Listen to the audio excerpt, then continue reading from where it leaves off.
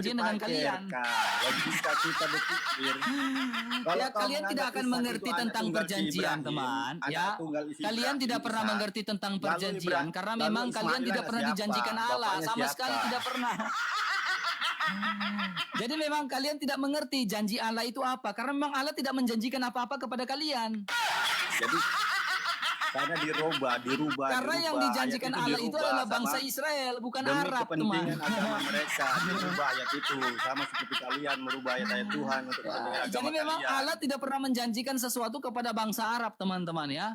Allah menjanjikan sesuatu kepada bangsa Israel untuk menjadikan bangsa yang besar, yang menjadi tiang penopang dan besar kebenaran kepada segala bangsa. Bukan Arab sebagai bangsa yang besar, nggak ada janji seperti itu. Berarti salah Tuhan mengatakan bahwasannya anak tunggal Ibrahim. Ya kalau berbicara salah Tuhan ya, saya tidak tahu apakah Tuhan kamu yang salah, kan mungkin. Ya saya nggak tahu. Karena Tuhan kami tidak pernah salah. Apa yang dia janjikan itulah yang dia dapatin. Masalahnya kalian tidak pernah dijanjikan apa-apa, makanya tidak mengerti tentang sebuah perjanjian. Ya, buktinya mana? Kitab saya sudah ngomong seperti itu.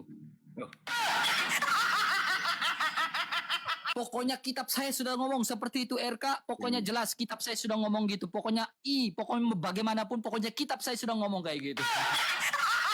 Bukan masalah itu. Kontradiksi nggak menurut kamu kalau memang anak tunggal?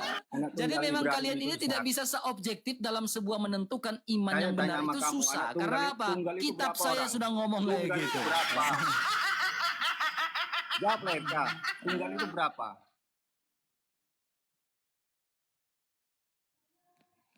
Aduh, macet.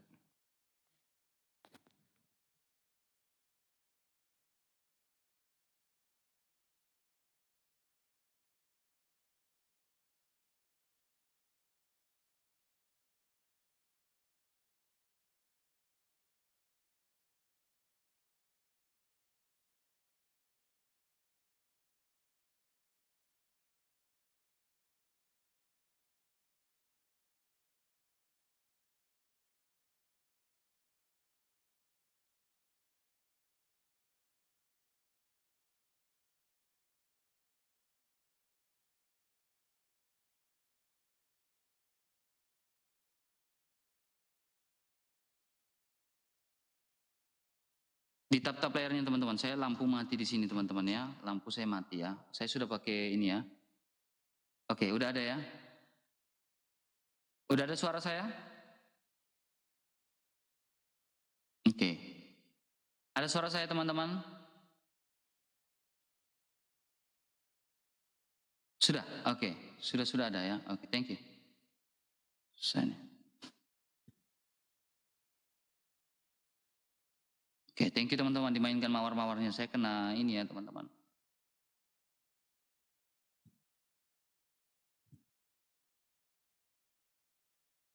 Mana nih?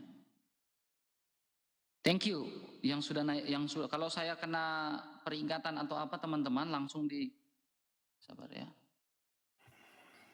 Oke, kalau saya kena peringatan atau apa atau hilang dari lain, teman-teman langsung turunkan yang sebelah ya, supaya dia nggak narasi sembarang teman-teman. Halo Bang Ento, Kristen bukan?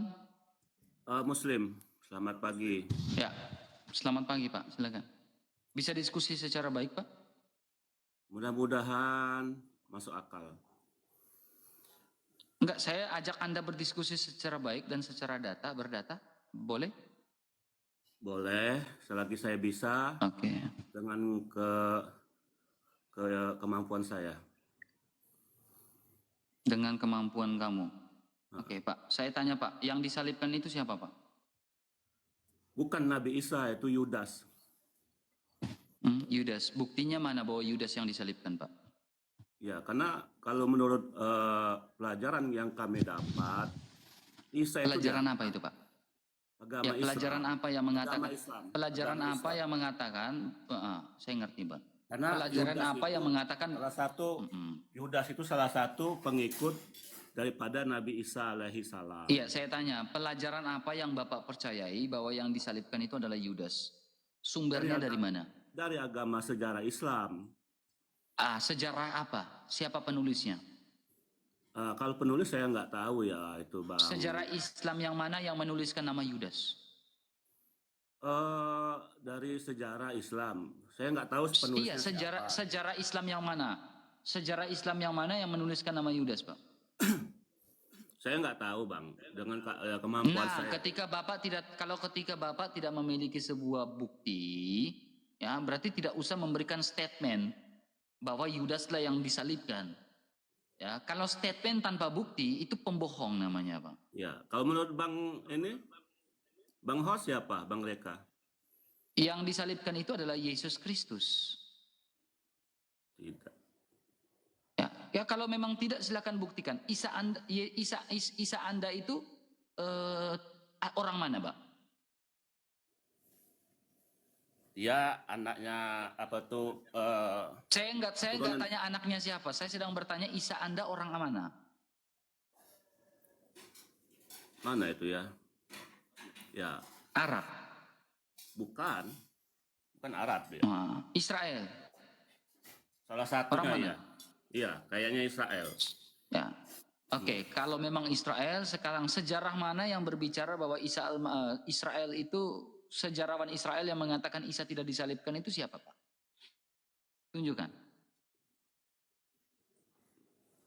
Nah, kalau untuk itu saya kurang paham ya. Berarti ketika Anda tidak bisa membuktikan bahwa Isa itu tidak disalibkan tanpa sebuah bukti, berarti iman Anda, apakah iman Anda ini hanya sebatas imajinasi? Oh, tidaklah.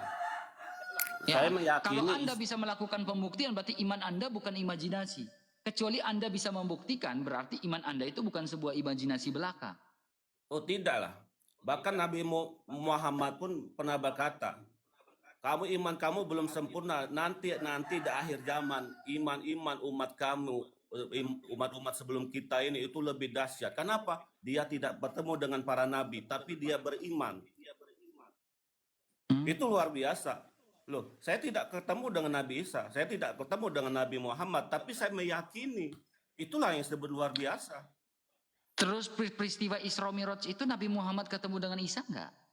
Ketemu para nabi. Sekarang ketika informasi yang tadi pertama Bapak bilang, Bapak mengatakan bahwa tidak pernah Nabi Muhammad tidak pernah ketemu dengan Isa. Lantas bagaimana peristiwa Isra Mi'raj? Di situ kan dia ketemu dengan Isa Al-Masih. Ketemu sama Isa. Para nabi ketemu Rasulullah. Ketika dia Isra dan Mi'raj. Jadi gini Pak, ketika Bapak berbicara jangan menjadi sebuah falasi, Pak. Kenapa saya bilang jangan menjadi sebuah falasi? Di awal Bapak mengatakan ini, tetapi di awal sesudah kemudian Bapak mengatakan berbeda. Jangan rokok, Pak. Nanti Bapak kena ban dan bisa terturun sendiri. Oke, sorry. Ya. Kebiasaan. Ya. Yes. Ya, tahan hawa nafsunya, Pak, ya. Jadi gini, Pak. Omongan kita itu harus menjadi konsisten ketika kita harus konsisten omongan kita di awal. Kalau omongan kita sudah tidak konsisten, berarti apakah iman kita juga tidak konsisten? Kalau iman tidak konsisten, berarti kita tidak punya kepastian juga masuk surga.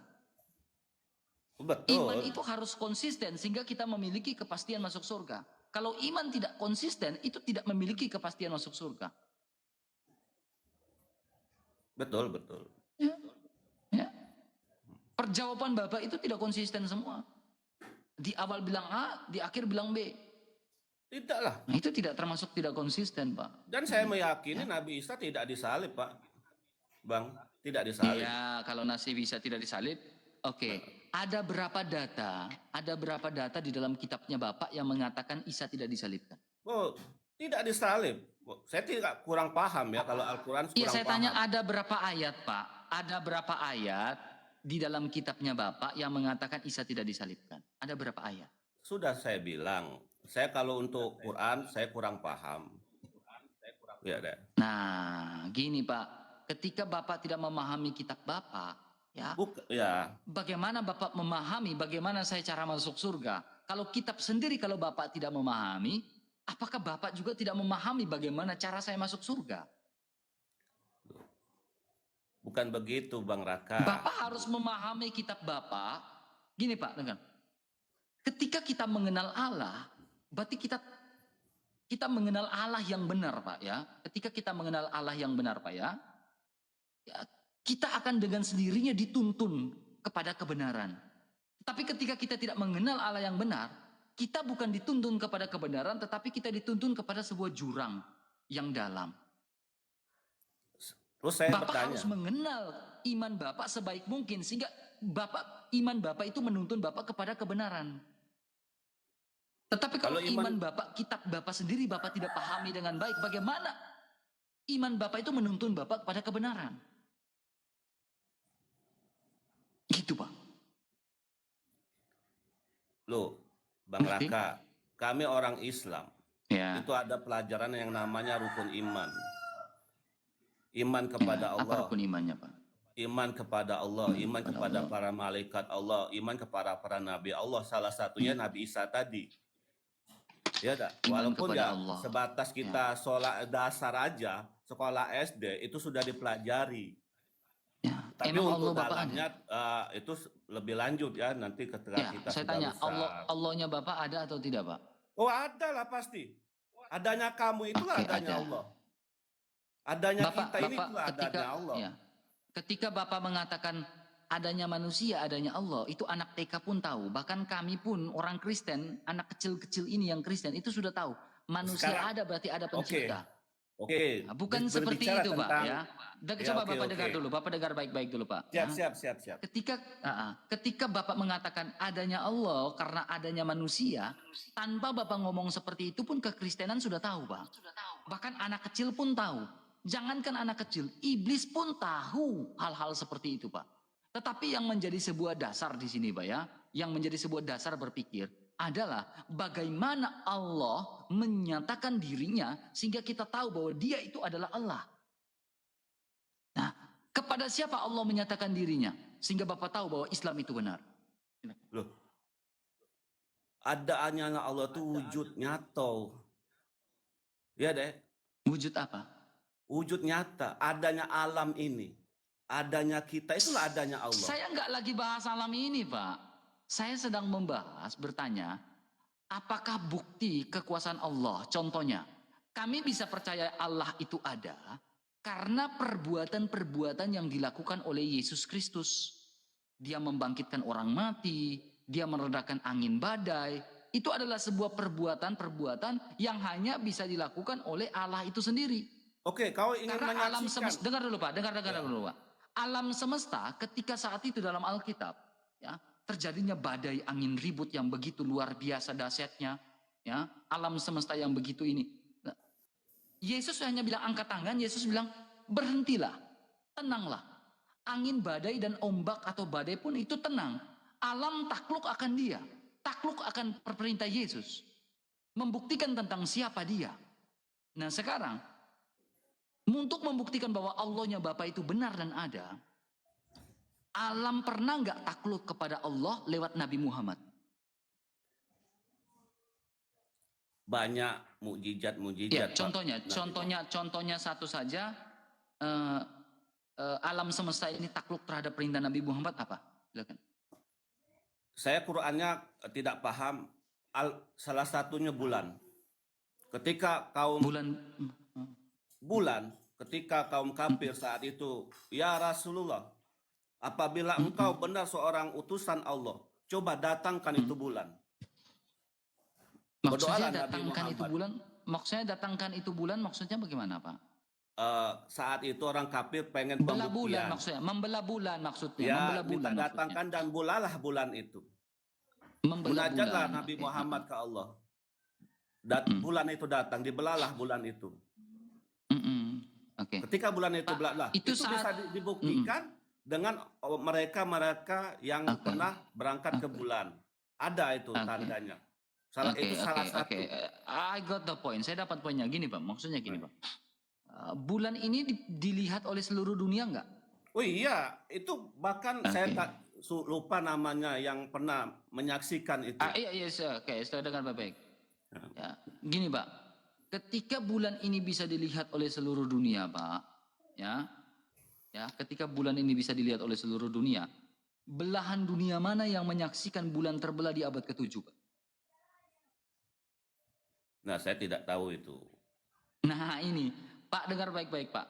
Belahan dunia satupun manapun di dunia ini tidak pernah menyaksikan bulan terbelah di abad ke-7, tidak pernah menyaksikan, Pak.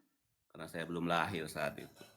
Bukan, kalau memang ada, abad ke-7 itu teknologinya sudah ada Pak. Banyak kisah-kisah yang mereka bisa catat dan lain-lain itu bisa Pak. Ya. Karena zaman itu sudah ada kisah. Ya, sudah ada tinta, pena dan lain-lain, menggambar, melukis dan lain-lain sudah ada. Belahan dunia Amerika, belahan dunia Eropa, belahan dunia Afrika dan lain-lain tidak pernah menyaksikan di abad ke-7 bahwa bulan pernah terbelah Pak. Ya. Sehingga ketika Anda memberikan sebuah klaim bulan pernah terbelah di abad ke-7 tanpa disaksikan oleh para orang-orang belahan dunia, itu tidak bisa dibuktikan Pak. Tetapi ketika Anda mengatakan apakah Nabi Musa pernah membelah lautan? Ada. Buktinya apa? Ada saksinya. Ada dia punya arkeologisnya, sisa-sisa kereta-kereta Firaun. Nah, ketika Anda mengatakan bulan pernah terbelah, saksinya siapa? Tujuannya apa? Nah, ini menjadi kacau Pak. Karena apa? Di abad ke-7 belahan dunia manapun tidak pernah menyaksikan atau menyatakan bahwa bulan pernah terbelah. Nah, kemudian kedua Pak. Bapak dulu pernah belajar namanya IPA kan? Ketika Bapak belajar tentang IPA dulu Pak, akibat dari gravitasi bulan itu menyebabkan pasang surut air laut. Ya. Al-Quran kan berhubungan dengan sains. Itu klaim-klaim orang.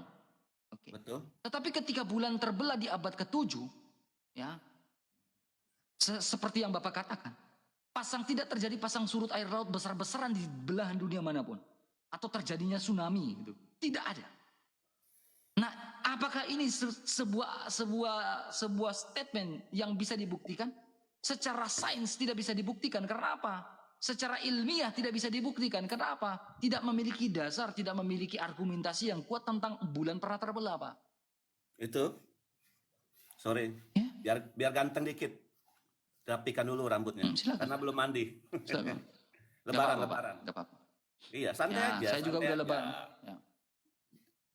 Di sini kan kita saling memahami, saling mengisi, itu yang paling bagus. Ya, balik lagi seperti silakan. Allah tadi. Ya, kembali lagi ke Allah tadi.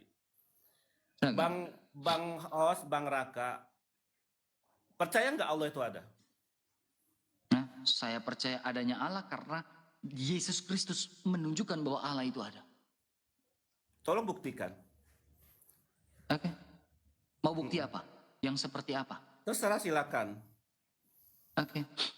Yang bisa membangkitkan orang mati itu Allah atau manusia, Pak? Ya Allah lah.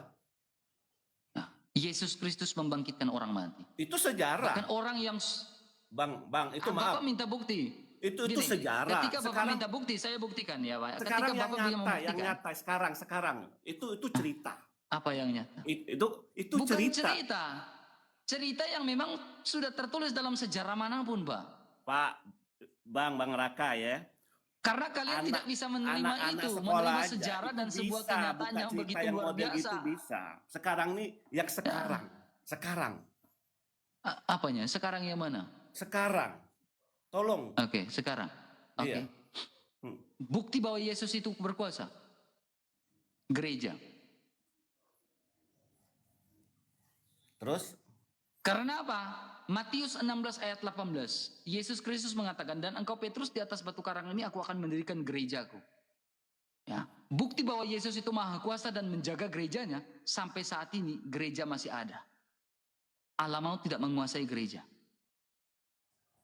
Berarti ucapan Yesus Kristus benar. Karena apa? Pada hari Pentakosta, ya, Roh Kudus turun atas para rasul. Roh Kudus senantiasa menjaga dan memelihara pemberitaan-pemberitaan yang dilakukan oleh Yesus, oleh para rasul dan hingga pada saat ini adanya gereja. Kekristenan mayoritas di muka bumi ini itu bukti kemahakuasaan Tuhan. Bukti kemahakuasaan Yesus Kristus.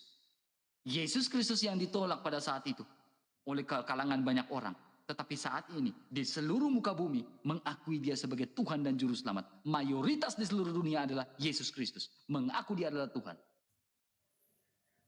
Bang, itu bukti bahwa dia tuh ada. Dia deh bukti. Sekarang nih kenyataan sekarang. Bisa nggak abang buktikan bahwa Allah itu benar-benar ada sekarang? Sekarang. Itu cerita yang lalu, Bang. Kalau kita melihat Allah itu sudah ada, Pak. Gini, Pak, dengar baik-baik. Ketika Bapak mengatakan Allah itu sudah ada, Allah itu ada, bukti sekarang kenyataan. Ya, ini sebuah bukti wahyu alamiah, waktu wahyu secara umum. Ya, pembuktian secara umum adalah kita melihat alam semesta, kita melihat adanya manusia, itu pembuktian umum. Tetapi kita inginkan pembuktian secara eksplisit, pembuktian secara khusus. Sekarang saya tanya, apa buktinya Muhammad itu pernah ada? Nabimu pernah ada? Iyalah. Quran itu nyata. Saya tanya, saya pun bisa mengklaim dan mengatakan seperti Bapak. Lah Quran itu kan ditulis oleh orang. Gak usah bahas itu. Quran kan itu bisa ditulis sama orang. Saya kan bisa mengatakan seperti itu juga. Tapi sekarang saya ingin katakan, coba tutup kitab kamu, saya tutup kitab saya. Ya, seperti yang Bapak lakukan tadi kan? Oke. Pertanyaan saya simpel, Pak. Nabi Muhammad itu manusia enggak?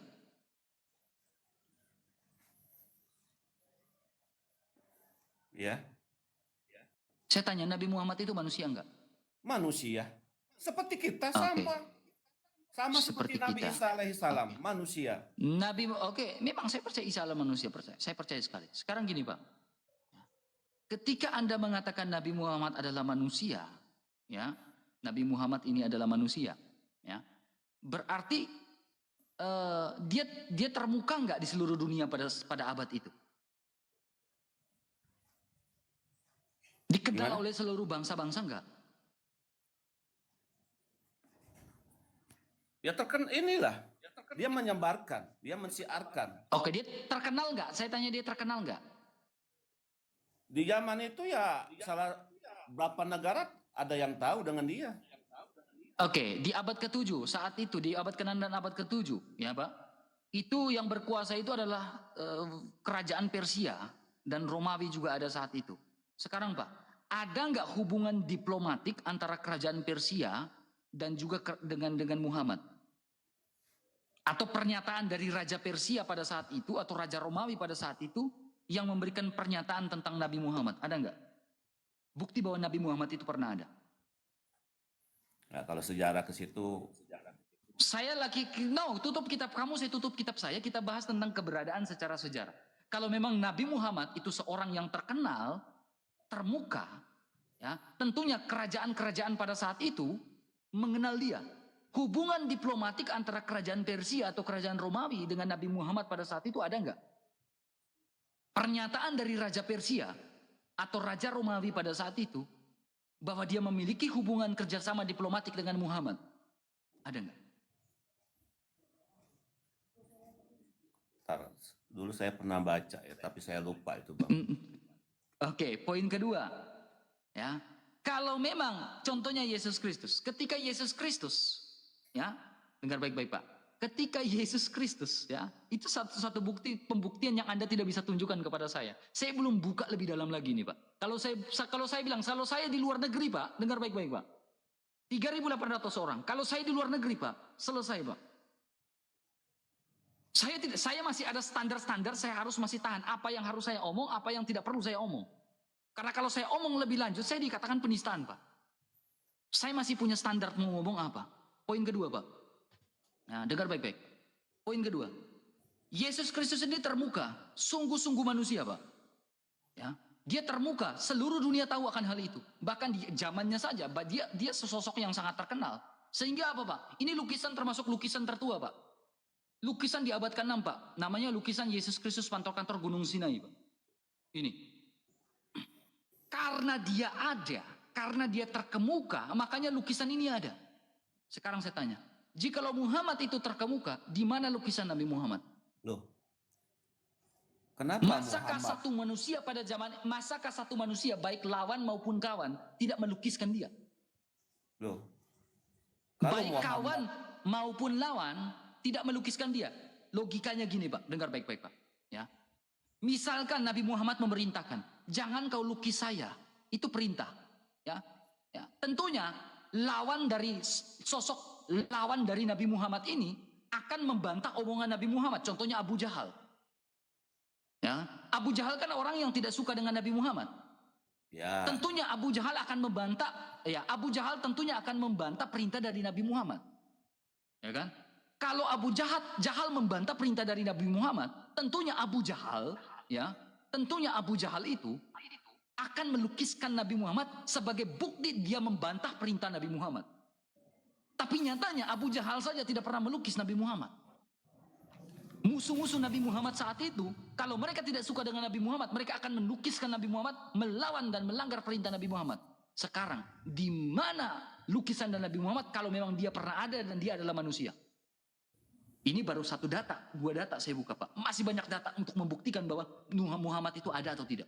Saya banyak sekali buktinya. Hanya saya masih tahan, Pak. Karena saya di Indonesia, Pak. Tapi kalau saya di luar negeri, Pak, Bapak tahu, mulut saya ini tajam, Pak. Iyalah. Ada hal yang harus saya bicara, ada hal yang tidak harus saya bicara. Makanya saya bilang, kalau saya seperti teman-teman lain yang ada di luar negeri, Pak, dengar baik-baik, Pak. Kalau saya seperti teman-teman yang ada di luar negeri yang lain-lain, Pak, selesai, Pak. Saya bisa lebih dari yang mereka lakukan, Pak. Hanya saya masih menghargai, saya cinta Indonesia, saya ada di Indonesia, Pak. Loh, emang kamu orang mana? Orang Indonesia apa orang mana? Ya, gitu, Pak, ya. Dengar baik-baik, karena data satu pun tidak akan bisa menunjukkan data yang saya tanyakan ini, Pak. Loh, stop dulu, Bang Raka aslinya orang mana? Orang Indonesia apa orang luar? Nah, silakan. Kan saya dari tadi bahasa Indonesia, Pak. Berarti saya orang Indonesia lah, Pak. Gimana? Ya, kalau Bang Raka kan orang dari Indonesia. Tadi aku bicara kau pakai bahasa Indonesia, Pak. Masa kau nggak tahu aku orang Indonesia? Gimana? Ya bisa aja. Pacarnya si apa tuh Bang Billy aja pintar ngomong Indonesia sekarang. Nah, silakan, Pak. Gimana, Pak? Bisa jawab pertanyaan saya nggak? Kalau tidak bisa nggak usah. Jangan paksa. Ya gini ya, Bang Raka. Yang saya tahu, saya pernah, Ustadz, kenapa Muhammad itu nggak ada fotonya? Kiai, kenapa Muhammad itu Rasulullah Nabi kita nggak ada foto? Kalau ada foto, nanti umat-umat itu bertuhan nanti sama dia. Sedangkan dia itu sama seperti kita. Dia cuma menyampaikan, memenahi akhlak-akhlak manusia tadi. Kalau dia dibuat foto, dibuat lukisan seperti Nabi Isa kata Bang Raka, mereka nanti bertuhan. Sehingga kamu yakini bahwa Muhammad itu ada. Dan Muhammad itu Rasul kita. Untuk penutup daripada segala para nabi. Itu yang dikasih tahu oleh para kiai. Dengar baik-baik. Argumentasi sekarang, Pak Kiai itu bisa saya bantah, Pak. Kenapa saya bisa bantah argumentasi? Bapak orang pintar. Dengar baik-baik saya omong. Ya. Ini bicara tentang foto dan lukisan. Pada zaman itu tidak ada kamera, Pak. Tetapi bisa dilukis, Pak. Iya, betul. Poin pertama. Karena foto dengan lukisan itu beda. Ini lukisan, bukan foto. Poin kedua, Pak. Ya, poin kedua. Ya. Ketika ya kami melukis, gereja Katolik maupun gereja Ortodoks melukis Santo Paulus, Santo Petrus, Santo Markus, Santo Thomas, Bunda Maria. Kami tidak pernah menuhankan Santo Petrus. Kami tidak pernah menuhankan Santo Markus. Kami tidak pernah menuhankan Bunda Maria. Tidak pernah. Ada lukisannya, kami tidak pernah menuhankan. Kemudian kedua, Pak, dengar baik-baik, Pak. Kedua, ya. Ketika Bapak memberikan sebuah dasar argumentasi bahwa masalah lukisan ini dasar argumentasi dari Pak Kiai, ya. Saya punya nggak lukisan? Saya bisa nggak ambil fotonya Bapak? Saya screenshot nih, jeprek. Bisa. Screenshot. Saya punya foto Bapak. Bisa. Saya gantung foto Bapak itu di belakang saya. Apakah saya menuhankan Bapak? Nah, di sini poin ketiga, Pak. Di sini berbicara tentang disposisi iman, disposisi hati. Ya, di mana disposisi hati kita ini ketika ada lukisan, saya memposisikan lukisan ini seperti apa? Iya. Saya tidak pernah memposisikan lukisan ini adalah Tuhan saya atau dewa-dewa saya. Tetapi saya memposisikan lukisan ini memiliki makna teologis di balik lukisan ini. Ya, menghormati. Ya. Kemudian bagaimana saya memposisikan diri saya di hadapan Tuhan? Dengar baik-baik, Pak, biar Anda paham. Ya. Ketika saya memberikan sebuah lukisan, contohnya di sana ada lukisan ikan. Apakah saya memposisikan hati saya, ikan itu adalah dewa-dewa saya? Tidak, Pak. Nah, di sini masalah posisi hati. Tetapi yang kita lagi diskusikan dan bicarakan di sini, Pak, adalah kalau memang Muhammad itu adalah orang terkenal, bukan masalah mendewakan atau mentuhankan Muhammad. Tetapi dia pernah ada atau tidak sebagai orang yang terkemuka yang dilukiskan. Raja, contohnya raja-raja Romawi, raja-raja contohnya Flavius Josephus yang hidup di abad pertama saja, itu ada lukisannya Pak. Sejarawan yang terkenal pada saat itu, Tacitus, ya. Orang-orang yang di hidup abad pertama saja memiliki lukisan Pak. Karena memang saat itu perkembangan itu adalah lewat lukisan Pak. Karena jepretan foto itu nggak ada. Nah, apalagi di abad ke-6, abad ke-7, bagaimana seni lukis itu tentunya sudah lebih berkembang. Jikalau memang Muhammad itu pernah ada, tentunya pernah dilukiskan atau tidak. Atau memang Muhammad itu ada atau tidak. Sampai situ harus paham. Anda orang pintar, mengerti dan cerna itu Pak.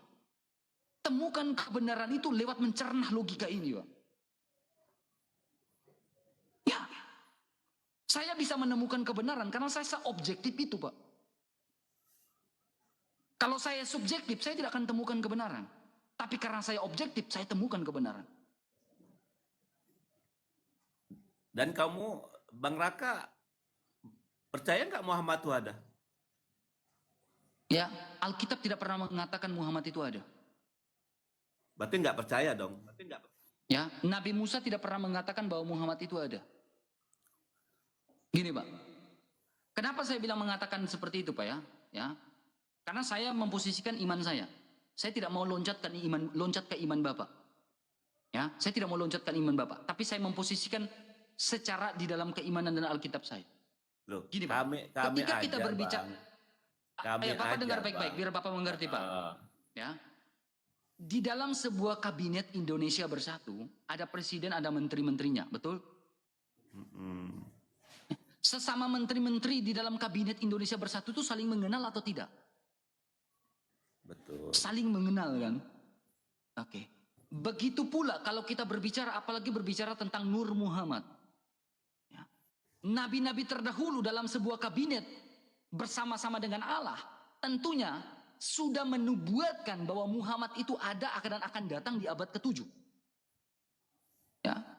Makanya saya sering bertanya kepada teman-teman semua, jikalau memang Nabi Muhammad itu ada, tentunya dikenal oleh Nabi Musa dan dinubuatkan Nabi Musa jauh sebelum Nabi Muhammad itu ada, datang. Nabi Musa menubuatkan dan Nabi seorang Nabi, Islam akan muncul di abad ke-7 sebagai agama yang diridhoi oleh Allah Subhanahu wa taala. Tertulis dalam Taurat. Tertulis dalam kitab sebelumnya, kitab Injil, Taurat, Injil dan Zabur. Masalahnya berbicara tentang nubuatan tidak pernah tertulis sama sekali atau mengkisahkan sama sekali tentang satu sosok yang namanya sang Nabi, Nabi Rasulullah ini yang akan muncul di abad ke-4 itu, abad ke-7 itu. Ada Bang. Musa tidak pernah menuliskan, coba. Musa tidak pernah menuliskan pun, itu. Bang, bahkan Injil pun itu mengasih kabar Bang. Pernah ketika Nabi Muhammad masih kecil diajak pamannya berdagang. Ada seorang pendeta, rahib, siapa namanya itu. Dia melihat tanda-tanda bahwa ada seorang nabi. Itu pun Bang, pendeta itu, saya tahu namanya pendeta itu adalah Waraqah bin Nawfal. Saya tahu. Saya punya bukunya Pak ya. Nah, ya, ini Pak, saya punya bukunya Sirah Nabawiyah ini Pak. Namanya Sirah Nabawiyah Al-Mubarakfuri. Di sini mengkisahkan tentang seorang pendeta. Dengar dulu Pak. Mengkisahkan seorang pendeta yang namanya Waraqah bin Nawfal. Ya, ya. Gini Pak, kalau berbicara tentang pendeta, pendeta ini banyak Pak. Ya, ada pendeta Nasoroh, ada pendeta Kristen, ya, ada pendeta apa lagi Pak? Waraqah bin Nawfal itu bukan Kristen Pak, tapi dia Nasoroh. Ya, kenapa saya bilang Waraqah bin Nawfal? Cuma satu Bang. Dengar dulu Pak, dengar dulu Pak. Yang ada Nasoroh ya, dengar dulu, Pak. Baru-baru ini Bang. Agama dengar yang diridhoi oleh Allah. Kristen ini baru-baru aja. Bang, ini Pak, saya tunjukkan Pak. Agama yang diridhoi Allah cuma Nasoroh. Dengar dulu Pak ya. Ini Pak ya. Kenapa Bapak diam dulu? Saya mute dulu ya Pak ya. Ini Pak. Alkitab ini ada di abad pertama Pak ya. Ya, di ini aja, buka mic aja Pak. Alkitab ada di abad pertama. Di dalam Kisah Rasul pasal 11 ayat 26. Mereka tinggal bersama-sama dengan jemaat 1 tahun lamanya. Sambil mengajar banyak orang di Antioquia lah. Murid-murid pertama itu disebut sebagai Kristen atau Nasoro Pak? Murid-murid pertama itu disebut sebagai Kristen, bukan Nasoroh. Ya, makanya segini Pak, Nasoroh dengan Kristen itu itu yang berbeda. Waroko itu adalah pendeta Nasoroh, bukan pendeta Kristen. Makanya ketika Bapak buka dalam kitabnya Bapak tidak pernah menemukan satu kata sedikit pun namanya Kristen. Yang Bapak temukan itu adalah Nasoroh. Karena Kristen tidak pernah tertulis dalam kitabnya Bapak. Karena ruang lingkup ya masyarakat jahiliyah, pra-Islam dan sesudah Islam itu adalah Nasoroh. Ya, yang dikenal oleh kalian ini adalah Nasoroh, bukan Kristen. Tetapi di sini kita berbicara tentang apa? Kristen. Ini berbicara tentang kisah para rasul, kitab sebelum adanya Al-Quran, sebelum Islam ada. Sebelum Islam ada, mereka dikenal sebagai Kristen, bukan Nasoroh. Ya, makanya saya tanya kepada Bapak, tunjukkan satu ayat saja di dalam Al-Quran kata Kristen. Kalau ada Pak, coba buka mic-nya Pak, mic-nya dibuka. Kalau ada kata Kristen di dalam Al-Quran Pak, saya mu'alaf, saya syahadat siang hari ini. Tidak ada nama Kristen, tidak ada. Tidak ada. Karena memang pra-Islam dan jahiliyah itu konteks dan berhubungan itu dengan Nasoroh, bukan Kristen. Makanya ketika Anda mengatakan Tritunggal itu, ya pandangan-pandangan orang yang mengatakan, oh orang Kristen itu Tritunggalnya itu adalah Bapa, Bunda Maria dan Yesus Kristus. Itu tuduhan kepada Kristen Nasoroh, lebih tepatnya ajaran Koliridianisme di Arab pada saat itu ajaran agnostik. Itu ajaran sikrintis Arab pada saat itu. Ajaran namanya ajaran Koliridianisme. Tritunggal itu Bapa, Bunda Maria dan Yesus. Sementara ajaran Tritunggal yang murni adalah Bapa dan Putra dan Roh Kudus. Ingat, harus ada penghubungnya. Penghubungnya adalah dan. Karena bicara tentang tiga pribadi. Tiga pribadi bukan berarti pribadi seperti kita, bukan. Peranan dia. Tiga pribadi. Bapa dan Putra dan Roh Kudus. Harus ada dannya. Tidak boleh tidak ada kata dannya. Harus ada dannya. Itu penghubung. Alkitab itu sampai sejauh itu harus dimengerti. Makanya saya bilang orang Kristen harus memahami Alkitab itu dengan baik sehingga apa? Tidak terjerumus masuk dalam bidat-bidat penyesat. Gitu. Silakan, ada nggak datanya? Kalau Kristen tidak ada. Di Al-Quran tidak ada. Yang ada Tidak agama Nasrani tadi, Nasro tadi. Nasrani. Loh, Kristen sekarang bukan pertanyaan Nasoro, saya, Pak. Bang. Pertanyaan saya. Silakan. Loh, Silakan. berarti zaman itu agama sudah terpecah belah dong. Kalau ada dua agama, Oke. dua aliran. Dengar baik-baik. Ada Nasoro, Terima ada kasih. Kristen. Ya. Gimana yang benar? Oke. Pertanyaan Bapak bagus. Bahkan kami cuma membenarkan, cuma yang benar adalah Nasoro. Bapak yang butuh dibawa saja, oleh Nabi Bapak butuh Isa sejarah, Pak. alaihissalam. Bapak butuh ajaran sejarah. Silakan. Oke. Karena saya tidak pernah Kristen membaca dibawa, yang model Kristen itu. dulu, Kristen dibawa juga dengar baik-baik ya. Ya, Kristen dibawa juga dengar baik-baik. Saya memakai dua sumber langsung ya. Ya, dua sumber ini saya ambil dari gereja Katolik. Ya. Silakan, saya ambil casan. Kristen di bawah ini belajar juga semua ya. Dua sumber ini saya mengambil dari ajaran gereja Katolik, ya sejarah dan juga gereja Ortodoks, ya. Ya, jadi pandangan gereja Katolik dan Ortodoks ya. Ya. Pertama teman-teman, saya mengambil ajaran sejarah ya dari sebuah buku sumber ya yang ditulis oleh ya Romo mereka sendiri ya, Romo Daniel ya. Nih. Ini uskup ya, uskup mereka. Uskup teman-teman kita. Saya buka datanya dulu, Pak. Makanya saya bilang kita membaca banyak sehingga tidak tersesat nih. Ini kita berbicara tentang kitab sembahyang dan doa-doa ya. Orang Ortodoks akan memahami ini, tahu benar gak buku ini dari mereka? Betul. Ya. Kita buka, Pak. Ini Yesus yang lain, Pak. Ya. Yesus yang lain itu apa, Pak? Ada paham ebionisme, Pak. Ini mereka mengajarkan tentang Yesus, tetapi Yesus yang lain. Kemudian kedua, ada ajaran yang namanya ajaran Gnostics. Ini yang saya bicara tadi, Pak. Kemudian ketiga, ada yang namanya ajaran Sabialisme. Ini Wanes nih, Pak. Atau modalisme. Ini ajaran Wanes, Pak. Ya. Kemudian di sini ada ajaran namanya ajaran Arianisme dan Saksi Yehova.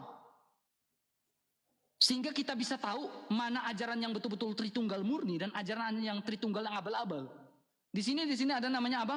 Apollinarianisme, Pak. Kemudian ada ajaran lain ini, Pak, Nestorianisme. Nah, beberapa ajaran ini memiliki syahadatnya masing-masing, Pak. Saya ambilkan syahadatnya dari mana, Pak? Ini sejarah, Pak. Ini syahadat Katolik, Pak. Kalau syahadat Katolik ada kredonya, aku percaya. Syahadat iman, ada pokok-pokoknya, Pak. Ya, sejarah syahadat. Ini sejarah syahadat. Ya. Sejarah syahadat ini kita bicara. Nah, perjalanan dan karya Roh Kudus kepada gereja-gereja melawan ajaran sesat bidat. Pertama, ajaran sesat Arianisme. Ajaran sesat Arianisme ini pun memiliki syahadatnya masing-masing. Kemudian ini ajaran apa? Kaisarea. Ya, syahadat dianjurkan oleh Yosephus dari kasih-kasihan Nicaea. Syahadat ini iman juga dipakai oleh gerejanya di sini. Ini ada ajarannya, Pak. Ya. Kemudian ada ajaran sesat namanya Makedonius. Ajaran sesat Makedonius ini pun di abad ketiga, Pak. Ini punya enggak syahadatnya? Ada, Pak. Syahadatnya ada, Pak. Ya. Kemudian ada ajaran sesat namanya Nestorius yang kita baca tadi. Ada ajaran, Pak. Ya. Kemudian ada ajaran sesat namanya Eutychus. Ada ajaran sesatnya, Pak. Jadi, teman-teman, dengar baik-baik, teman-teman. 4.200 orang. Ya. Ketika kita membaca dan mempelajari secara baik ajaran-ajaran sesat, tipikal-tipikal dari ajaran sesat, setiap narasi yang diungkapkan oleh setiap orang, kita sudah tahu ini orang dari ajaran mana. Ini orang dari ajaran mana. Ini orang dari sekte mana. 1 Korintus 8 ayat 4. Hanya ada satu Allah saja, yaitu Bapa, dan satu Tuhan saja, yaitu Yesus Kristus. Ini adalah syahadat rasuli. Kita bisa tahu. Tetapi kalau mengatakan Tuhannya ada begini, nah ini ajaran Triteos. Bisa jadi dia adalah Unitarian. Bisa jadi dia adalah ajaran Sabialisme atau Modalisme. Kita tahu. Karena apa? Kita membaca sejarah dengan baik dan teliti. Nah, jadi ajaran yang Bapak katakan tentang Nasoroh tadi, itu adalah ajaran ya sesuai fakta yang mengajarkan Yesus lain adalah ajaran Gnostik. Tepatnya adalah Gnostik Arab. Makanya ketika bilang RK, ketika kamu membuat video, kamu begini-begini. Enggak. Karena apa? Kita membaca sejarah. 2 Timotius pasal 3 mengatakan, sabda Tuhan itu adalah mendidik dan menegur. Tidak bermaksud apa-apa. Nah, sama seperti Bapak saat ini, saya mendidik dan menegur. Bahwa yang Bapak pandangan cara pikir itu adalah cara pikir yang salah. Gitu, Pak. Kalau saya ungkit lebih dalam lagi, ini sebuah materi sudah bisa 6 SKS kalau kita kuliah ini, Pak. Betul, Pak. Sejarah gereja. Dengan pengajaran masing-masing. Tetapi sebagai buktinya adalah, bagaimana Anda bisa tahu bahwa Allah Anda itu benar?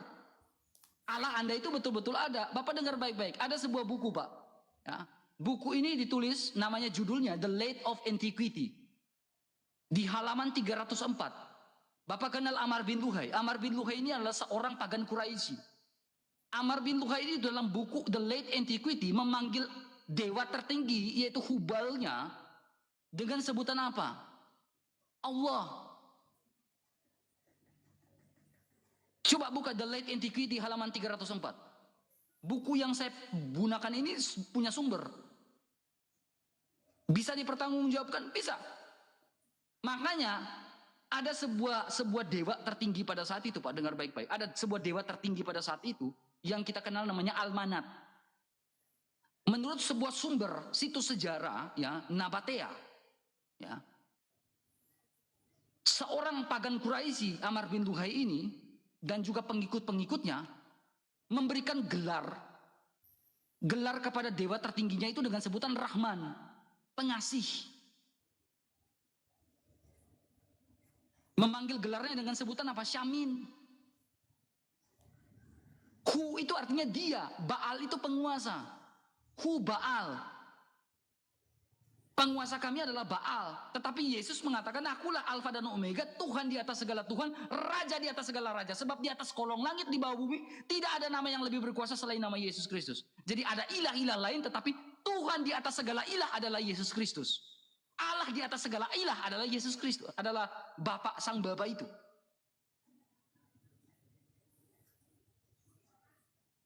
Makanya kekristenan tidak seperti yang kalian bayangkan sebenarnya. Kalian itu harus karena didoktrin oleh pemimpin-pemimpin kalian.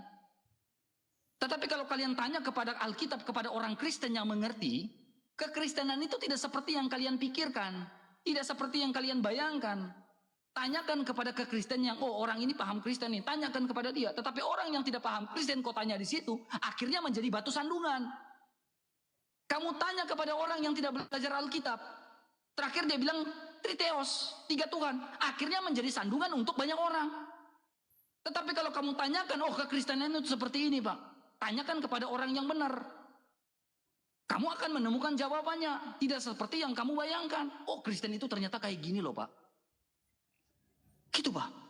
Bang Raka, tanyakan saja kepada saya tentang Kristen. boleh saya tanya, Bang Raka pernah Silakan. nonton Zakir Naik? Zakir Naik, saya pernah nonton. Pernah bertemu langsung sama dia? Ya kalau saya ketemu saya digeruduk Pak. Nah itu sama seperti Bang Raka. Dia tuh ahli sejarah, Gini, ahli kitab, gini segala Pak. macam. Nah, cocok Kalau sama berbicara Bang Raka. Zakir Naik, apakah Zakir Naik pernah membahas Al-Quran ketika dia melakukan sebuah syiar? Zakir Naik kan hanya membahas Alkitab. Ya Al-Quran itu kitab Bang. Mengapa gini Pak? Mengapa banyak orang yang mengikuti Kristus di hari-hari ini Pak? Karena apa? Ketika mereka mendengarkan syiar yang salah tentang Yesus Kristus, lalu mereka Bang. datang dan mendengarkan syiar yang benar. Kenapa Pak? Sip. Aku setuju nih Bang. Oh ternyata Yesus ini Bang. ternyata salah prasangka. Bang, Mereka dengar dari orang yang salah. Bang. Oke, stop dulu Bang ya. Silakan. Silakan abang Silakan. obok-obok itu Islam. Silakan abang obok-obok itu Islam. Kecuali mereka yang imannya kuat, orang yang bertauhid tidak akan goyah sedikit pun. Orang-orang yang bodoh di Islam itulah yang nanti gugur. Silakan abang obok-obok. Bapak, dengar baik-baik Pak. Silakan itu. Tapi Bapak mereka dengar yang baik-baik. bertauhid tidak akan goyah sedikit pun Bang. Bapak dengar baik-baik. Ini salah satu tuduhan Bapak yang salah Pak. Kenapa? Loh, kalau abang sudah Dengar baik-baik, dengar dulu. Dengar dulu. Matius pasal 28. Jadikanlah semua bangsa muridku dan baptislah mereka dalam nama Bapa dan Anak dan Roh Kudus. Ya, beritakanlah Injil ya ke seluruh bangsa. Tuhan Yesus tidak pernah mengajarkan kita untuk memberitakan Al-Qur'annya Bapak. Tuhan Yesus tidak pernah mengajarkan kami untuk mengobok-obok Al-Qur'annya Bapak. Tuhan Yesus mengajarkan kami untuk apa? Memberitakan Injil. Ya, karena apa? Roma 10 ayat 17. Iman, sebab iman timbul dari pendengaran akan firman Kristus. Bang. Orang yang bertobat murni ketika dia mendengarkan Injil Kristus, bukan mendengarkan kitab Bapak sebenarnya. Makanya saya, Pak, dengar baik-baik. Di live-nya saya ini, Pak, dengar baik-baik, Pak. 80% silakan kau tanya iman saya. Karena apa? Yang saya ingin promosikan adalah Alkitab saya, bukan Alkitabnya Bapak. bagus. Dengar baik, karena saya tidak mau salah paham dengan kekristenan. Saya promosikan dong iman saya. Kalau saya tidak promosikan iman saya, kalian akan terus salah paham dengan iman saya. Maka dari itu saya wajib mempromosikan iman saya sehingga kalian tidak salah paham dengan iman saya. Pertanyaan saya, kalau kamu, Bang Raka sudah benar-benar ini, sampai di mana Bang Raka kenal Yesus Kristus? Bang Raka. Kalau cuma cerita-cerita doang kata guna, Bang. Akal ini merusak. Dari mana Bang. saya bisa kenal? Bang, Ya. akal Dari ini mana merusak. saya bisa kenal Tuhan akal saya? ini. Pakai hati, Bang. Ya. Dari mana saya bisa kenal Tuhan saya, Pak? Pakai akal, Silakan jawab. ya akal-akalan, Bang, yang ada. Kalau untuk bertuhan, pakai hati, Bang. Sudah? Oke. Oke, sudah. Dari mana saya bisa kenal Tuhan saya, Pak? Ketika agama lain mengajarkan tentang kasihilah manusia, ya, Yesus Kristus mengajarkan di atas dari itu. Satu tingkat, dua tingkat, satu tingkat saja tidak ada yang bisa mengejar ajaran Yesus Kristus. Apa yang diajarkan oleh Yesus Kristus sehingga satu tingkat saja agama manapun tidak bisa mengejar. Kalau agama lain mengajarkan kasihilah musuhmu, Yesus Kristus mengajarkan satu tingkat yang tidak bisa dikejar oleh siapapun. Kasihilah musuhmu. Berdoalah bagi mereka yang menganiaya kamu. Berkatilah bagi mereka yang mengutuk kamu. Berpuasalah bagi mereka yang menganiaya kamu dan menghina kamu. Agama lain mengajarkan kasihilah musuhmu, tapi Yesus Kristus mengajarkan satu tingkat di atas itu dan agama manapun tidak bisa menjangkau hal itu. Apa? Ajaran tentang Yesus itu. Sekarang Apa saya tanya contoh? Bapak, Kasihilah musuhmu. Berdoalah bagi mereka yang menganiaya kamu. Oh ya, itu Berkatilah ajaran bagi Nabi. mereka yang mengutuk kamu. Itu ajaran Saya para tanya, nabi, Bapak. Bang. Ajaran para Saya nabi. tanya Bapak, ada nggak di dalam kitabnya Bapak? Ya, ada nggak dalam kitabnya Bapak yang mengajarkan untuk kasihilah musuhmu? Coba. Muhammad itu Rahman Rahim, Bang. Ya, sejarah ya. Ketika para kaum kafir menghina dia ini, apa doanya? Ya Allah, mereka belum tahu. Kasihanilah mereka. Okay. Sama, Bang, para nabi begitu semua, Bang. Oke. Itu aja, Bang. Allah itu adalah kasih enggak? Maha kasih enggak? Pasti. Oke. Kalau Allah adalah maha kasih, yang diajarkan itu adalah kasih, betul? Betul. Betul. Oke. Sekarang kita lihat, Pak. Bapak perhatikan di sini, Pak. Ini Quran Kemenak, Pak, Kementerian Agama. Di sini ada mesin pencarian, Pak. Ada mesin pencarian, Pak. Saya ketik ya. Kasih. Ya, kasihilah. Karena ada bentuk prefiks sufiks. Kalau dalam sebuah ilmu bahasa namanya sufiks di belakang. Ada lahnya, kasihilah. Berarti ada perintah. Saya searching, Pak, ya. Adakah ajaran tentang kasihilah, Pak? Berapa ayat nih, Pak, yang ditemukan? Kosong di situ. Oke, sekarang kita lihat Alkitab, Pak. Saya pencet, Pak. Kasihilah, mesin pencarian. Berapa ayat yang ditemukan, Pak? Dari perjanjian lama sampai perjanjian baru. Diajarkan tentang kasih. Dan puncak dari kasih itu adalah dia bilang apa? Puncak dari kasih yang diajarkan oleh Allah itu adalah apa?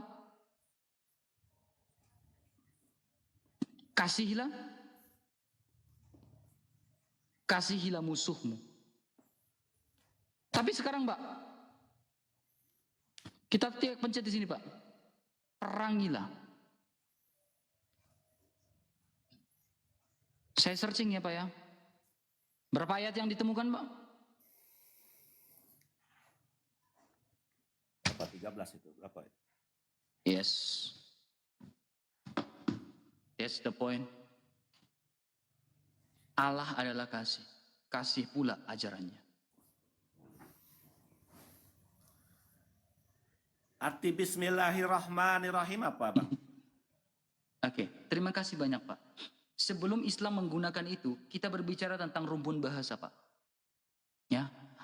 Dalam rumpun bahasa, namanya rumpun bahasa Semit. Khususnya Semit Barat Laut. Semit Barat Laut itu memiliki rumpun bahasa. Rumpun bahasa apa? Bahasa Ibrani, bahasa Aramaik, dan bahasa Arab. Ini adalah rumpun bahasa Semit yang dipergunakan lebih dari 200 jiwa menggunakan itu. Ya, Kak? Sekarang, bahasa Ibrani, ini, Pak. Saya ada sebuah buku. Buku sejarah, Pak. Ya. Ini buku sebuah sejarah. Namanya buku Gerakan Universal. Ini buku tua yang saya dapat dan saya beli di sebuah seminari tinggi tertua. Namanya Seminari Tinggi Le della Roma Umere. Ya, buku ini mahal, Pak, saya beli, Pak. Karena buku sejarah dan terbatas edisinya. Ya, dalam sebuah buku ini, Pak, ada seorang biarawan. Ya, biarawan itu ada di Timur Tengah. Ya, namanya Santo Maron. Santo Maron ini dihormati dan dihargai bukan cuma di kalangan Kristen, tetapi di kalangan Islam pun dihormatin. Karena dia adalah sosok pendoa, baik yang Kristen maupun yang Islam dia doakan. Sehingga Bapak kalau pergi ke Timur Tengah, orang-orang Islam itu akan datang berbondong ke makamnya Santo Maron. Ya, karena ingin berdoa bersama dengan Santo Maron. Ya, Santo Maron mendirikan ada sebuah gereja namanya Gereja Maronit. Ya, Santo Maron ini, ya, di abad keempat, ya, Islam ada di abad ke-7. Santo Maron di abad ke-4, dia sudah menggunakan kata apa? Beshum elah Yisrael. Ya, bismillah, dengan menyebut nama Allah. Begitu dahsyatnya kekristenan, kan? Kapan login, Pak?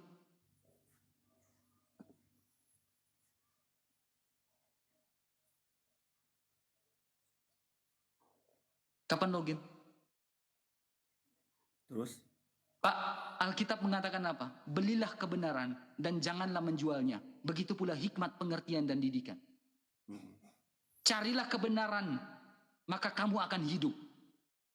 Kebenaran itu bukan subjektif, tapi objektif.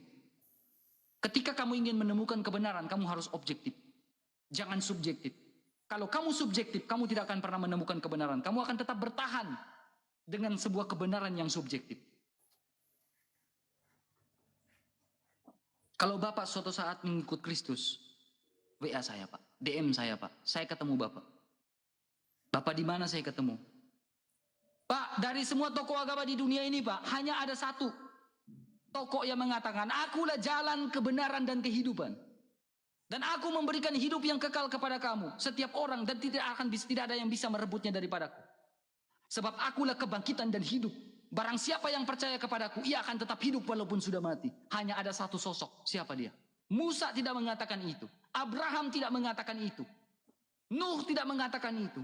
Adam tidak mengatakan itu. Tapi satu sosok yang mengatakan dengan lantang, akulah kebangkitan hidup, akulah jalan, akulah kebenaran, akulah kehidupan. Siapa dia? Yesus Kristus. Karena dia adalah the King of the King. Raja dari segala raja. Sudah ketemu belum? Saya sudah ketemu. Sudah ketemu belum? Saya ketemu. Kamu tahu saya ketemunya di mana? Di mana coba? Saya jawab. Ya. Saya jawab. Ketika Yesus Kristus terangkat ke surga. Sebelum Yesus Kristus terangkat ke surga, Pak. Ya. Dia bilang apa? Aku harus pergi ke surga dan menyediakan tempat bagimu. Sebab di mana aku berada, di situ pun kamu berada. Dan ketika dia terangkat ke surga, malaikat mengatakan seperti ini. Yesus yang terangkat ke surga ini akan datang dengan cara yang sama. Dan dia mengutus parakletosnya, Roh Kudusnya. Roh Kudus diutus. Untuk apa? Melindungi, membentengi, menemani orang-orang percaya. Roma 10 ayat 10. Dengan mulut mengaku diselamatkan. Dengan hati orang percaya dibenarkan.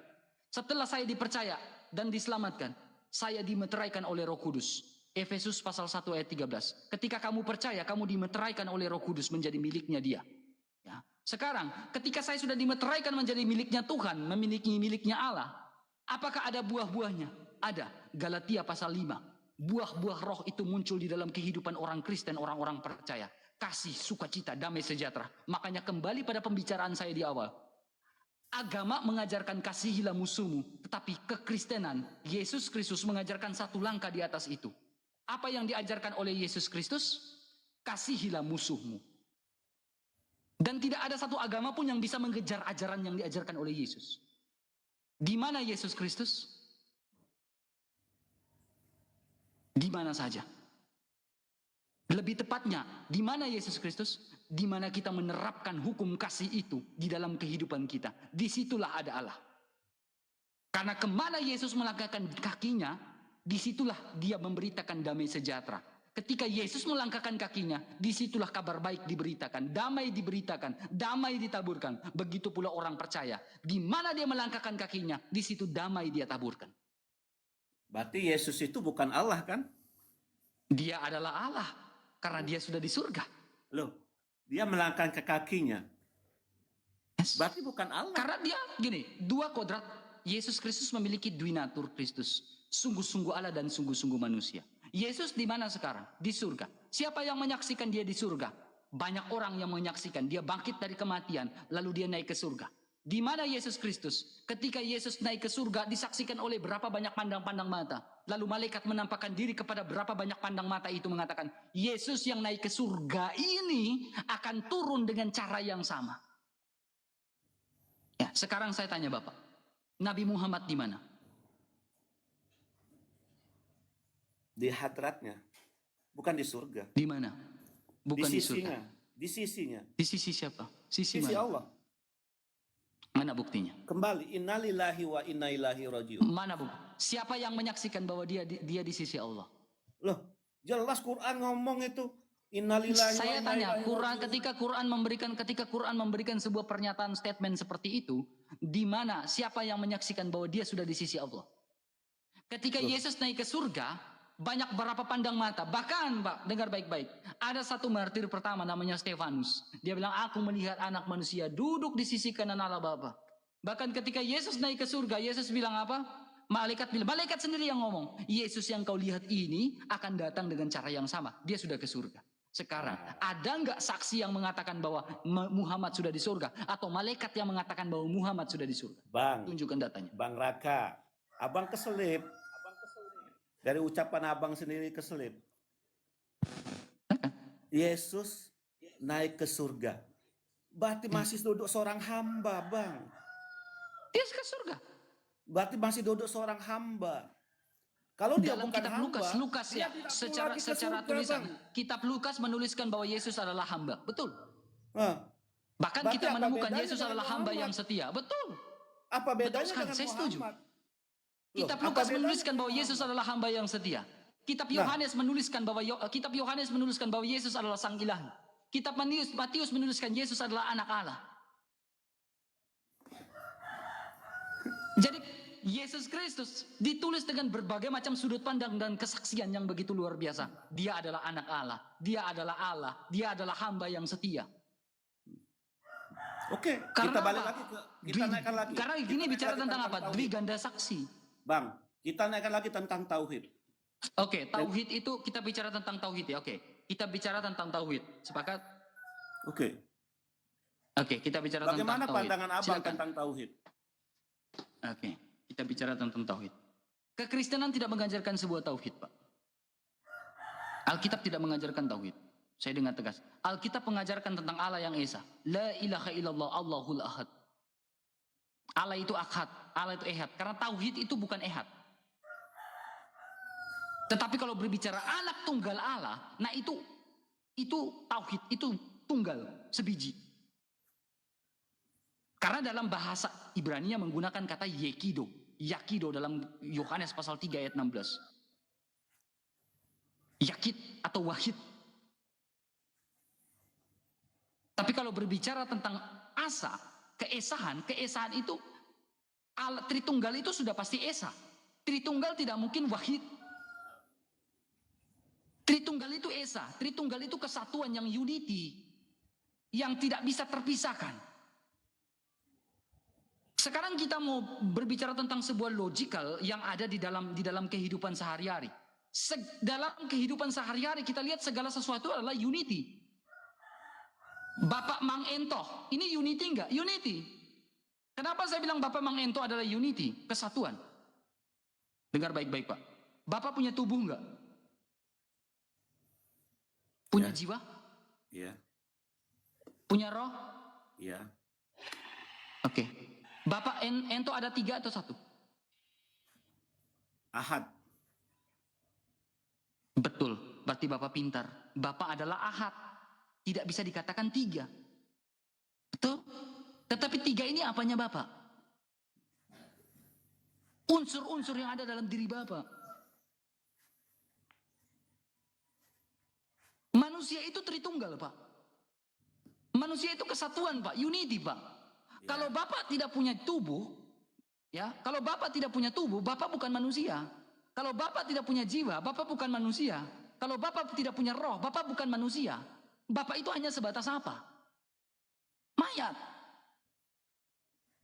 Makanya kalau berbicara tentang Allah yang unity, Allah yang kesatuan, Bapa, Firman dan Rohnya yang suci, ini kesatuan nih. Gini Pak, kesatuan yang unity yang tak terpisahkan. Tetapi di sini Pak, makanya Bapak lihat nih Pak, gambar di belakang saya memiliki makna teologis Pak. Yesus menggunakan gini Pak. Ini bicara tentang apa? Dwinatur Kristus dan Tritunggal Pak. Ini Dwinatur Kristus. Sungguh-sungguh Allah dan sungguh-sungguh manusia. Jadi gambar di belakang memiliki makna teologis yang dalam. Ya, Bapa, Putra dan Roh Kudus. Bapa, Firman-Nya dan Roh Kudus. Kalau Allah tidak punya firman, batu namanya Pak. Kalau kita berbicara tentang tauhid, kita berbicara tentang apa? Allah itu berbicara. Ya kan? Allah itu pasti berbicara. Allah tidak mungkin bisu. Betul? Bapak akan berbicara karena Allah itu qiyamuhu binafsihi. Allah itu berdiri sendiri. Allah itu mukalafatul lil habadisi. Betul? Nah, kalau kita berbicara tentang kesatuan, keesahan dari Allah, Allah itu berfirman. Allah itu memiliki firman, memiliki logosnya, logiknya. Kalau Allah tidak punya logik, berarti Allah saya ini apa? Batu. Tetapi logosnya manusia dan logosnya Allah itu berbeda dengan logosnya dengan yang lain. Logosnya Allah bisa menambahkan rupa manusia. Dan manusia yang ditambahkan adalah manusia Yesus Kristus. Sehingga kita memiliki dwinatur Kristus yang kita kenal, yaitu sungguh-sungguh Allah dan sungguh-sungguh manusia. Dia inkarne, menambahkan morpe doulo dalam Filipi pasal 2 ayat 5. Dia berkenosen lalu dia menambahkan morpe doulo. Sang ilahi firman menambahkan rupa manusia. Itulah Tritunggal, Pak. Bisa dipisahkan enggak? Tidak bisa. Kalau Allah tidak punya firman, firman ciptakan enggak? Bukan, firman enggak ciptaan. Karena firman itu bersama-sama dengan Allah. Firman itu adalah Allah. Firman tidak bisa disebut sebagai ciptaan. Kalau firman disebut sebagai ciptaan, bagaimana? Apakah Allah menciptakan firman? Apakah sebelumnya dia tidak punya firman? Bagaimana dia menciptakan firman kalau sebelumnya dia tidak punya firman? Itu dalam loh, Pak. Kalau Anda mengerti dengan baik. Biasa aja. Ya? Allah punya firman nggak? Saya tanya Bapak. Belum dalam itu. Belum dalam. Saya tanya, Allah punya firman nggak? Quran itu firmannya. Oke. Allah itu Al-Hayyu nggak? Iya, dia hidup. Dia hidup. Sekarang, Allah yang Al-Hayyu, firman Quran itu, kenapa Allah yang Maha Hidup, dia menjadi Quran? Menjadi benda mati. Apakah seperti itu? Dia tidak mati, dia kekal. Dia tidak berawal, tidak berakhir. Gini Pak, dengar baik-baik. Bapak dengar baik-baik. Ketika saya memberikan sebuah seperti ini Pak, makanya Alkitab itu begitu sistematis Pak. Ini adalah Alkitab Pak. Alkitabnya orang Kristen. Ini benda mati enggak? Benda mati. Yesus bukan benda mati. Ya, karena di dalam Alkitab memiliki tiga hal Pak. Namanya logos, namanya remata, dan namanya grave. Yang saya pegang ini adalah grave. Grave ini adalah tulisan. Tetapi logos itu bukan tulisan. Logos itu hidup. Ketika logos itu hidup, dia menambahkan rupa manusia, bukan menambahkan menjadi buku. Jadi logos yang hidup tidak menambahkan menjadi benda mati, bukan seperti itu. Tetapi logos yang hidup, dia menambahkan rupa manusia. Dengan tujuan. Kalau Allah itu hidup, lalu dia menjadi benda mati, apakah dia menjadi hidup? Nah ini bertentangan lagi, apakah tidak bertentangan lagi dengan tauhid? Makanya tauhid itu ada 2 jenis atau 3 jenis itu Pak. Banyak kalangan ada yang bersependapat dengan tauhid ini, ada sepakat dengan tauhid ini.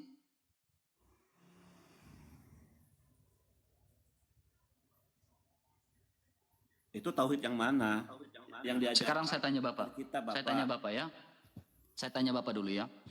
Insya Allah. Ya, kita bicara tentang qiyamuhu binafsihi. Silakan Bapak jelaskan tentang qiyamuhu binafsihi. Silakan.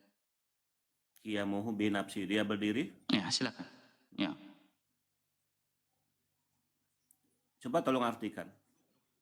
Nah, kamu yang jelaskan, masa saya yang Kristen yang jelaskan ke kamu? Ya, kamu kan yang buka. Ya kagak mau lah Pak, kan saya Kristen Pak, masa saya lebih Islam daripada kan Bapak kan enggak. Kamu itu pintar loh, dengar Bang baik-baik Raka. Pak, Bapak dengar Bang Raka, baik-baik kamu Pak itu ya, dengar pintar baik-baik loh. Pak. Kamu menguasai Dengar sifat baik-baik, 20. Kamu menguasai sifat 20. Itu luar biasa loh. Berarti Bapak tanpa dengar kamu baik-baik Pak ya. sadari, tanpa kamu sadari, kamu sudah masuk ke ranah Islam. Kamu sudah Pak, dengar baik-baik Pak. Pak, dengar baik-baik Pak ya. Saya sudah bilang berulang kali Pak. Kalau saya di luar negeri, saya berani membahas ini sampai secara lebih dalam Pak. Tetapi karena saya di Indonesia, saya masih dibatasi oleh beberapa hal Pak. Saya masih banyak pertimbangan Pak. Ya, makanya saya bilang kalau saya di luar negeri seperti teman-teman lain, saya bisa lebih ngeri lagi Pak. Hanya saya tidak berpandangan seperti itu. Saya cinta Indonesia, saya ingin tinggal di Indonesia. Yang saya bahas adalah Alkitab. Masa itu imannya Bapak, Bapak suruh saya yang bahas? Bisa nggak saya bahas? Bisa. Bapak dengar baik-baik Pak. Bapak silakan habis ini Pak. Bapak dengar baik-baik. Habis ini kalau Bapak tidak percaya Pak, silakan Bapak masuk di roomnya siapa Pak? Roomnya Uniriva. Bapak masuk di roomnya siapa lagi? Ustadz Tahna, Alwan, Wafi, Juma. Bapak tanya ke mereka.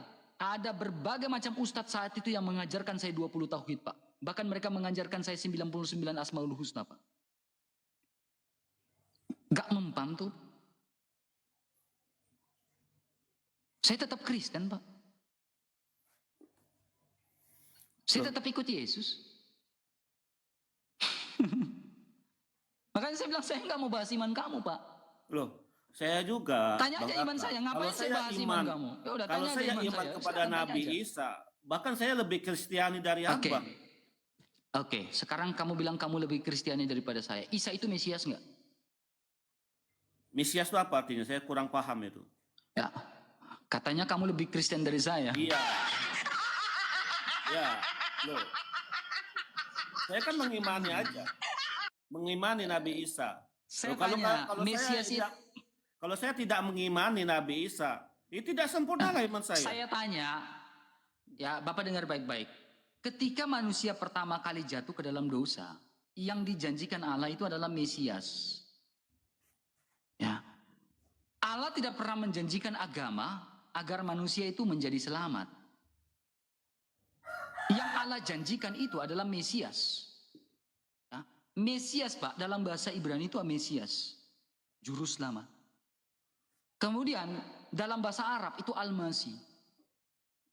Dalam bahasa Yunani, ya bahasa Yunani artinya Kristus. Ya, artinya Kristus. Pertanyaan saya gini, Pak. Bapak percaya nggak Isa itu adalah Mesias? Ya kalau namanya sama ya sama, saya percayalah. Berarti Bapak percaya Isa itu adalah juru selamatnya Bapak yang dijanjikan ketika manusia pertama jatuh ke dalam dosa? Belum. Sebelum Nabi Muhammad. Karena Al-Masih itu artinya juru selamat, Pak. Betul. Yang dijanjikan oleh Allah agar manusia tertebus. Bang, silakan. Nanti Bang. Ketika sebelum ada Muhammad, itu kan Nabi Isa dulu. Nah, umat saat itu harus yakin sama dia. Nah, ketika Nabi Muhammad datang, Isa kan sudah memberi kabar dari kitabnya. Ya. Nanti akan ada seorang Rasul. Ya, mana datanya Pak? Injil mana Pak? Yang membicarakan tentang Muhammad? Yang Isa membicarakan tentang Muhammad atau Isa mengabarkan bahwa Muhammad akan datang di abad ke-7? 700 tahun loh itu Pak. Kalau ada data di dalam Injil, Isa memberikan kabar dan memberitahukan bahwa Muhammad akan datang di abad ke-7 Pak. Saya syahadat pagi hari ini Pak. Bahkan 4.600 orang kalau ada Kristen di sini Pak, saya yang syahadatkan dia di sini Pak. Mereka semua Pak. Ya, kalau memang ada di dalam, dengar baik-baik, kalau memang di dalam Injil ada nama Nabi Muhammad, saya yang syahadatkan mereka Pak. Saya janji Pak, silakan tunjukkan.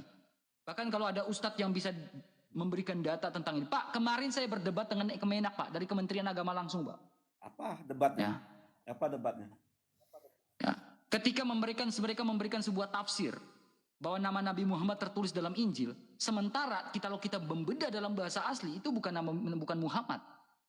Siapa Ahmad? Di mana datanya? Saya udah bilang saya mualaf siang hari ini Pak. Saya yang syahadatkan orang Kristen di bawah Pak.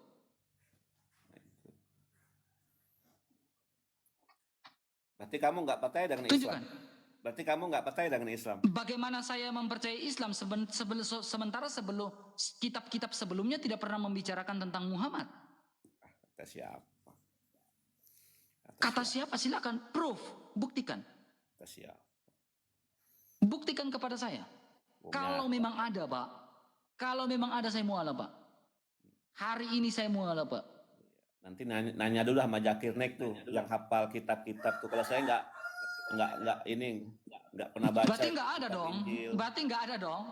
Karena gini Pak, ketika Anda bisa menunjukkan bahwa di dalam Al-Injil itu Nasorot, jelas itu Nasorot. Nih Pak, dengar baik-baik Pak. Nih Pak. Saya dengar baik-baik. Pak ya. Ketika Al-Quran memberikan sebuah statementnya seperti ini Pak. Ya. Ini Al-Quran memberikan sebuah statement Pak. Ya. Dia bilang apa Pak? Ya, bukan cuma surat Al-Araf, surat Al-Baqarah juga. 163 kalau nggak salah. Yaitu orang-orang yang mengikuti Rasul Muhammad, Nabi yang ummi, tidak pandai baca tulis, yang namanya mereka temukan tertulis di dalam Taurat dan Injil yang ada pada mereka. Nah sekarang Pak, Taurat yang mana, Injil yang mana? Kalau berbicara tentang Taurat Pak, lihat ini Pak di sini Pak. Ini Taurat Pak. Kejadian, Keluaran, Imamat, Bilangan, Ulangan. 5 kitab ini adalah Taurat Pak. Dari 5 kitab ini yang menuliskan nama Nabi Muhammad yang mana Pak? Kalau berbicara tentang Injil Pak, ada kitab apa saja Pak? Matius, Markus, Lukas, dan Yohanes. 4 kitab ini adalah Injil Pak. Injil yang mana dari 4 kitab yang menuliskan nama Nabi Muhammad Pak? Kalau ada Pak, saya udah bilang saya syahadat siang hari ini.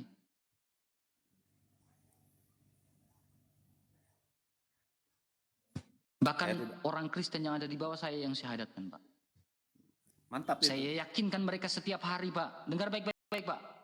Kalau ada Pak, saya yakinkan orang Kristen semua setiap hari saya buka live saya bilang halo, kita masuk Islam. Inna dinna indallahi islamu. Saya yang suarakan Pak. Saya yang siarkan Pak. Saya setiap hari akan siarkan inna dinna indallahi islamu. Kalau memang ada Surat Al-Imran ayat 19 kan, inna dinna indallahi islamu. Saya yang syahadatkan mereka Pak. Saya yang siarkan tentang inna dinna indallahi islamu kepada orang Kristen Pak. Saya yang di depan Pak. Kalau ada. Boleh saya berpesan? Silakan. Ya, kalau saya kan tidak pernah baca itu yang namanya kitab Jabur, kitab Injil, Taurat. Walaupun saya yakin. Coba Bang Raka temui aja Zakirnya gitu ketika dia ada tabliknya itu. Coba tanya sama dia. Nah, kalau saya nih, Pak, saya bilang, masalahnya saya Pak, tidak pernah baca kalau saya ketemu Pak, saya ini Pak, kalau saya ketemu dengan mereka, saya digeruduk, saya nggak mau Pak. Enggak juga, ya. Bang. Loh. Enggak mau Pak, saya ini Pak dengar baik-baik Pak. Saya membahas Alkitab saja Pak. Jangan suujon dulu dong. Dengar dulu, bukan suujon Pak, dengar baik-baik Pak. Saya Pak, saya membahas lebih banyak Alkitab saja Pak. Saya banyak ancaman di DM saya Pak. Kenapa? Ya. Kenapa? Halal katanya. Karena apa Pak? Dengar baik-baik Pak. Karena banyak orang Pak, ya. Banyak orang yang sudah login ke Kristen Pak. Jadi ada oknum-oknum tertentu yang tidak suka dengan siar tentang pemberitaan Injil yang di sosial media ini. Karena banyak yang DM saya, Bang RK, saya ingin masuk Kristen, saya ingin menerima Yesus. Bagaimana saya mengenal Yesus, Bang RK? Jadi ada oknum yang tidak suka dengan saya. Ini saya memberitakan Injil saja tidak ada yang suka, Pak. Kenapa? Ya karena banyak orang yang terima Injil, terima Yesus sebagai juru selamatnya. Kita ini kan berdiri di atas keyakinan kita masing-masing. Bang Raka yakin. Oke, Bapak bagus dengan seperti itu. Dengan pemikirannya seperti itu bagus. Tetapi ada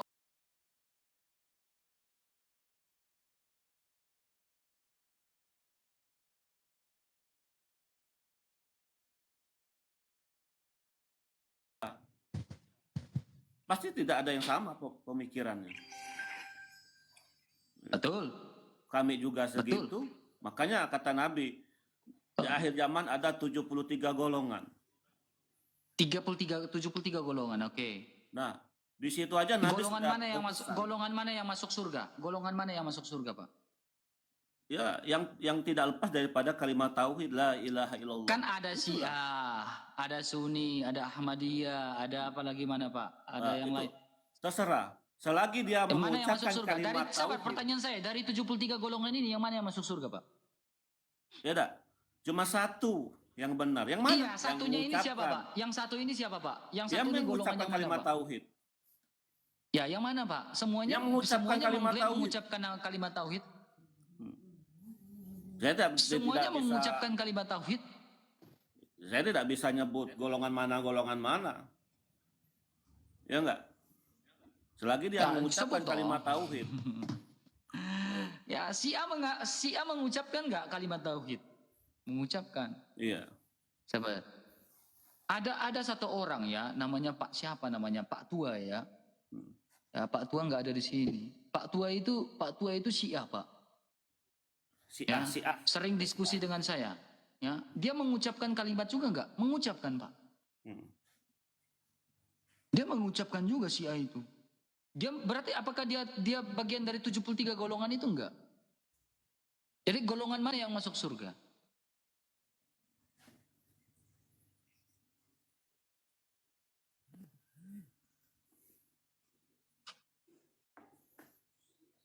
Golongan mana yang masuk kalimat surga? tauhid.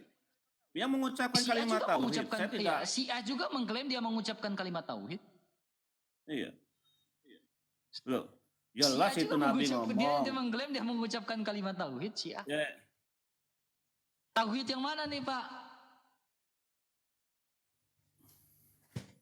Tauhid yang mengesahkan Allah. Ya. Oke, kita lihat ini Pak ya. Kita lihat Pak ya. Jadi ada tauhid ini Pak. Ada tauhid uluhiyah dan tauhid rububiyah. Tauhid yang mana Pak? Ada tauhid uluhiyah, ada tauhid rububiyah. Yang mana masuk surga, mana yang enggak Pak? Nah, itu paham rububiyah artinya apa? Ya makanya saya tanya. Yang 73 golongan ini mana yang tauhid uluhiyah, mana yang tauhid rububiyah? Yang mana yang masuk surga dan mana yang masuk neraka? Silakan. Semuanya mengklaim itu tauhid. Tapi dari 73 golongan ini mana yang masuk surga? Tauhid uluhiyah atau tauhid rububiyah atau tauhid yang mana?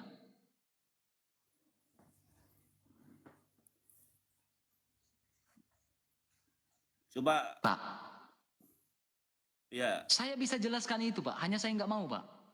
Saya masih ada.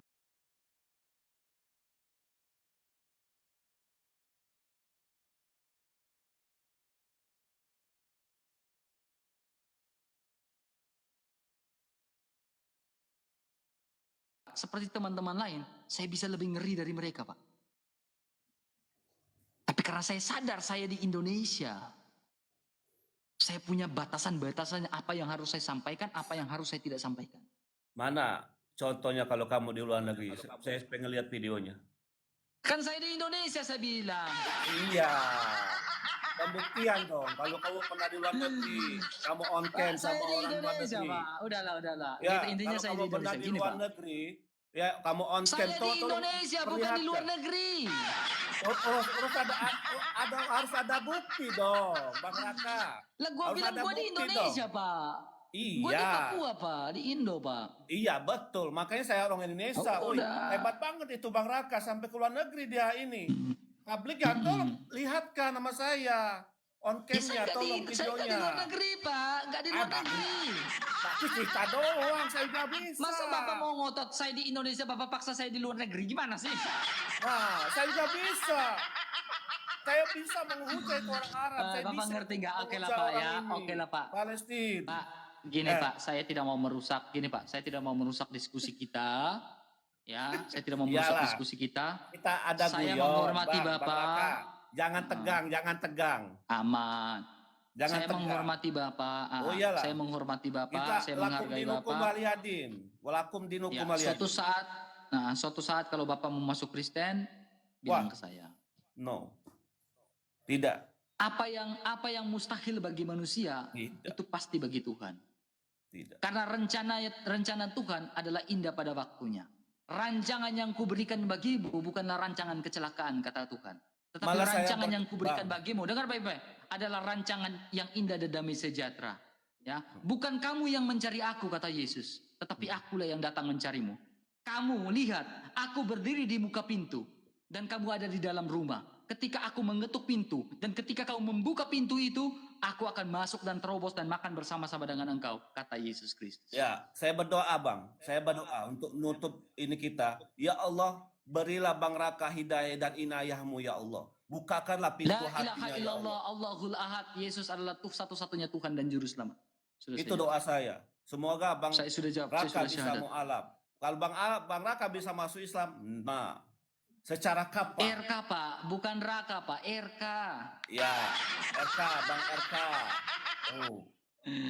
Oke Pak, thank you Pak ya, Tuhan Yesus memberkati Pak ya. Ya, maafkan salah-salah kata ya Pak ya. Salam damai. Salam damai Pak. Oke. Terima kasih Pak. Ya, silakan pasien selanjutnya ada persiapan.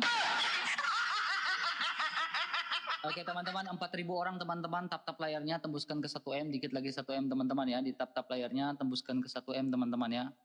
Saya naikin satu lagi ya. Saya harap ketika kamu naik, kamu berdiskusi seperti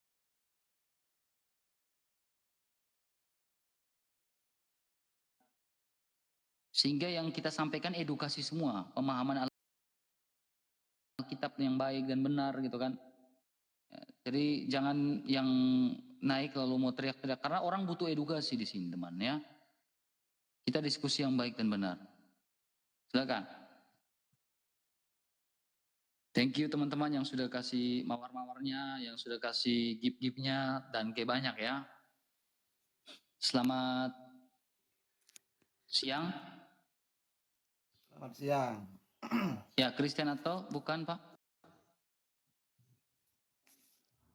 Oke. Ya, Christian atau bukan Pak? Muslim. Ya, silakan. Apa tanggapan dan apa yang mau diskusikan? Silakan, saya persilakan. Nabi Isa itu Allah apa itu Bang? Isa sungguh-sungguh manusia dan sungguh-sungguh Allah. Kalau dia Allah, kenapa dia bisa lihat? Karena dia manusia. Dengar baik-baik Pak. Kalau bicara tentang Isa, ya maksudnya apa Allah apa Isa itu orang satu apa orang dua itu? Dengar baik-baik dulu Pak, biar mengerti.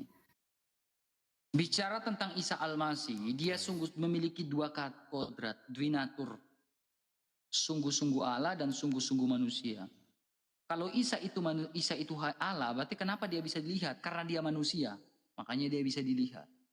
Makanya kita di dalam kekristenan mempercayai Allah yang batin, kita juga percaya Allah yang zohir. Allah yang tampak dan Allah yang tak tampak.